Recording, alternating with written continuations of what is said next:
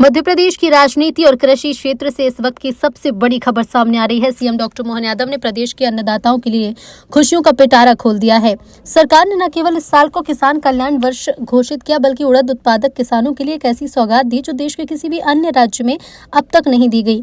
मध्य प्रदेश की मोहन यादव सरकार पूरी तरह से किसान मोड में है। सीएम ने स्पष्ट कर दिया है कि उनकी सरकार का मुख्य ध्येय किसानों की आय को दोगुना करना और आर्थिक संबल प्रदान करना है। इसी कड़ी में सीएम ने घोषणा की है कि मध्य प्रदेश सरकार किसानों को उड़द उत्पादन पर न्यूनतम समर्थन मूल्य के अलावा 600 रुपए प्रति क्विंटल का अतिरिक्त बोनस देगी। सीएम यादव के शब्दों में ये केवल एक घोषणा नहीं, बल्कि किसानों के पसीने की कीमत चुकाने का एक प्रयास है।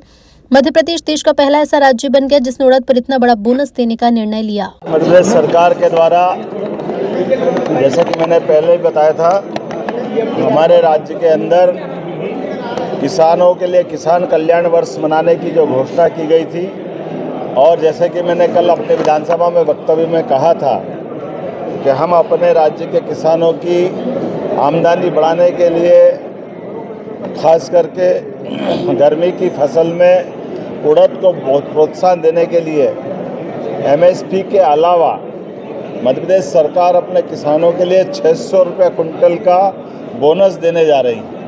ये अपने आप में बहुत बड़ी घोषणा भी है और योजना भी है, जिसके माध्यम से हमारे क्षेत्र के अंदर बड़े पैमाने पर उड़द के रकबे को बढ़ावा मिलेगा और इसके आधार पर लगभग 3 लाख हेक्टेयर क्षेत्रफल में वृद्धि होना संभावित है। हम लगभग 5 लाख हेक्टेयर उड़द का उत्पादन संभावित कर रहे हैं और ये जानकारी के लिए बताना चाहूँगा कि उड़द का समर्थन मूल्य 7,800 रुपये प्रति क्विंटल है।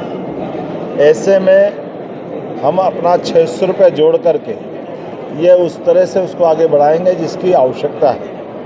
मैं अपने किसानों के लिए खासकर आज जो कल कहा था, आज कैबिनेट में मंजूरी जो दी गई है। दूसरी, हमने भावांतर योजना जिसके माध्यम से लगभग 1500 करोड़ की सहायता किसानों को सोयाबीन उत्पादन के माध्यम से दी गई थी, उसी प्रकार से सरसों खरीदी को लेकर के मध्य प्रदेश सरकार की कैबिनेट ने आज निर्णय किया है और आज मैंने सदन में अवगत भी कराया कि हमारे राज्य के अंदर भावांतर योजना के माध्यम से जो 28% का रकबा हमारा सरसों के उत्पादन का बढ़ा है, इसमें लगभग हम मान के चल रहे हैं कि 15.71 लाख टन का मैट्रिक उत्पादन सरसों का होगा। ऐसे में हम अपने मंडी बोर्ड के माध्यम से सरसों भी भावांतर योजना के माध्यम से खरीदेंगे।